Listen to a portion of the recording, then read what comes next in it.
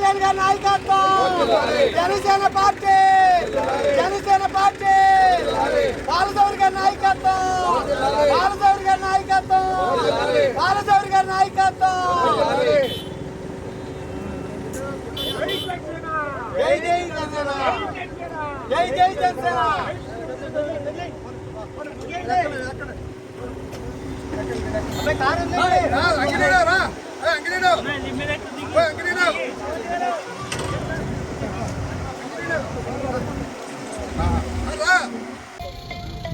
చంద్రబాబు నాయుడు గారు ప్రజల మధ్యకి వెళ్ళి ఈ దుర్మార్గపు పాలనని అంతమొందించాలి, జగన్మోహన్ రెడ్డి అవినీతి అరాచకాలను ఆపాలి, అభివృద్ధిని పెంచాలనే దృక్పథం మీద ఆయన తీసుకున్న రెండు ప్రోగ్రామ్స్ ముందు బాదుడే నభోతన భవిష్యత్తుగా జరిగాయి.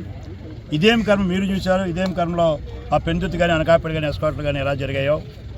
తర్వాత ఈ యాత్రలో లోకేష్ గారి యువగలం పాదయాత్ర, పవన్ కళ్యాణ్ గారి వారాహి చూసి కుట్ర పన్ని చంద్రబాబు గారిని 53 రోజులు జైల్లో పెట్టాడు. న్యాయం గెలిచింది, ఇప్పుడు పైకి వచ్చారు. మళ్ళీ ఆయన మహానాడులో ఏదైతే మేము ఇచ్చామో మహిళా శక్తి 6 పాయింట్స్ ఉన్నాయో అవి ప్రజల్లోకి తీసుకెళ్లే భాగంలో ఆయన తిరుగుతున్నప్పుడు అరెస్ట్ చేయడం, అది మధ్యలో ఆగడం జరిగింది నంద్యాల నుంచి. మళ్ళీ దాన్ని పునఃప్రారంభించాం. ఇప్పటికీ 17 జిల్లాలు ఆయన పూర్తి చేశారు, ఇంకా 6 జిల్లాలు ఉన్నాయి, అవి కూడా త్వరలో పూర్తవుతున్నాయి. ఆ భాగంలో చంద్రబాబు నాయుడు గారికి తెలుగుదేశానికి కంచుకోట లాంటి ఎన్టీ రామారావు గారి దగ్గర నుంచి ఈ మాడుగుల నియోజకవర్గం మరి ఎందుకో 13 సంవత్సరాలు బట్టి ఈ కాన్స్టిట్యున్సీకి చంద్రబాబు నాయుడు రాలేకపోయినారు. ప్రభుత్వం లేకపోయినా అప్పుడు వస్తున్న మీకోసమే 2006-7 ప్రాంతంలో వచ్చే మళ్ళీ రాలేదు, అంటే 13 వచ్చే మళ్ళీ రాలేదు. అయితే మొట్టమొదటిసారిగా ఈ మాడుగుల నియోజకవర్గం ఈ గొండుపాలెం గ్రామంలో కోటపాలెం మండలంలో రేపు సోమవారం నాడు సుమారు 10:30 మీటింగ్ స్టార్ట్ చేస్తూ ఉన్నాం, 1 గంటకు క్లోజ్ చేస్తూ ఉన్నాం. నేరుగా హెలికాప్టర్లు ఎక్కడికి వస్తారు, మళ్ళీ ఎక్కడి నుంచి నేరుగా ఆయన ఏలూరు వెళ్తూ ఉన్నారు. అందుచేత ఈ సభను విజయవంతం చేయమని ముఖ్యంగా రైతాంగాన్ని కోరుతున్నాను. ఇప్పుడే మా పెద్దలు చెప్పారు ఎందుకు రైతాంగానికి తీవ్ర అన్యాయం చేశాడు ఈ జగన్మోహన్ రెడ్డి. ఓ పక్క షుగర్ ఫ్యాక్టరీలో పేమెంట్లు లేవు, షుగర్ ఫ్యాక్టరీలో చెరికాడే నాదులు లేడు. ఒకప్పుడు 10.5 రికవర్ ఉన్నటువంటి గోవర్ షుగర్ ఫ్యాక్టరీ ఇవాళ ఎక్కడికో పోయింది. అప్పుడు కో జనరేషన్ ప్లాంట్ ఇస్తే దాన్ని అవినీతిమయం చేశారు. ముఖ్యంగా రైవాడ నీరు రైతులకు ఇవ్వాలని ఉద్యమాలు చేసిన నాయకులు మంత్రులు అయినారు. ఏం చేశారు అడుగుతున్నా.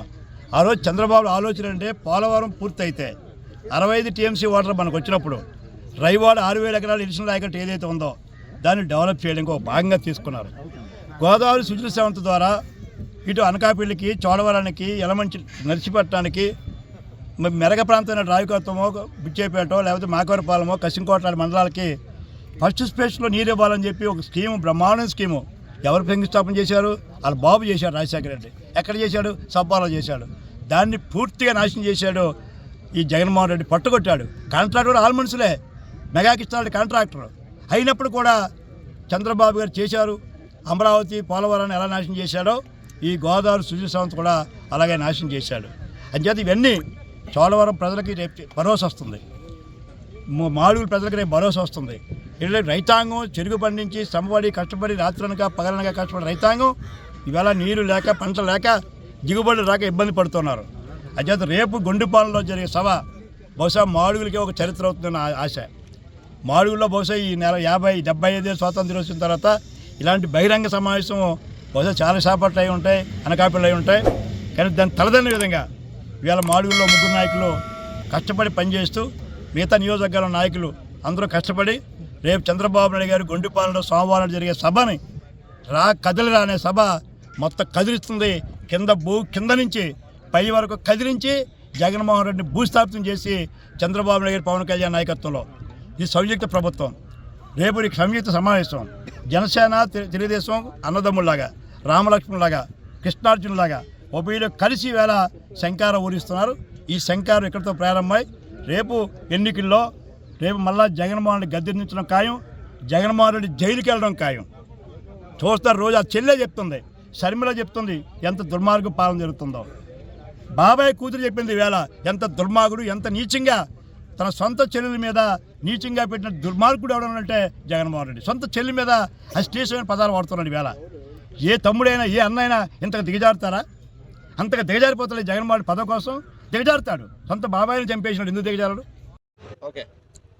బందరు పార్లమెంటు నియోజకవర్గ ఎంపీ గారైనటువంటి శ్రీ వల్లభనేని బాలశౌరి గారు పవన్ కళ్యాణ్ గారి భావజాలంతో ఏకీభవించి ఈరోజు మంగళగిరిలోని పార్టీ ప్రధాన కార్యాలయంలో పవన్ కళ్యాణ్ గారి సమక్షంలో జనసేన పార్టీలో జాయిన్ అవుతున్న సందర్భంగా బాలశౌరి గారి అభిమానులు, జన సైనికులు, పవన్ కళ్యాణ్ గారి అభిమానులు అందరము కూడా సుమారుగా 250 కార్లతో అవనగడ్డ నియోజకవర్గం నుంచి ర్యాలీగా బయలుదేరి వెళ్ళాం.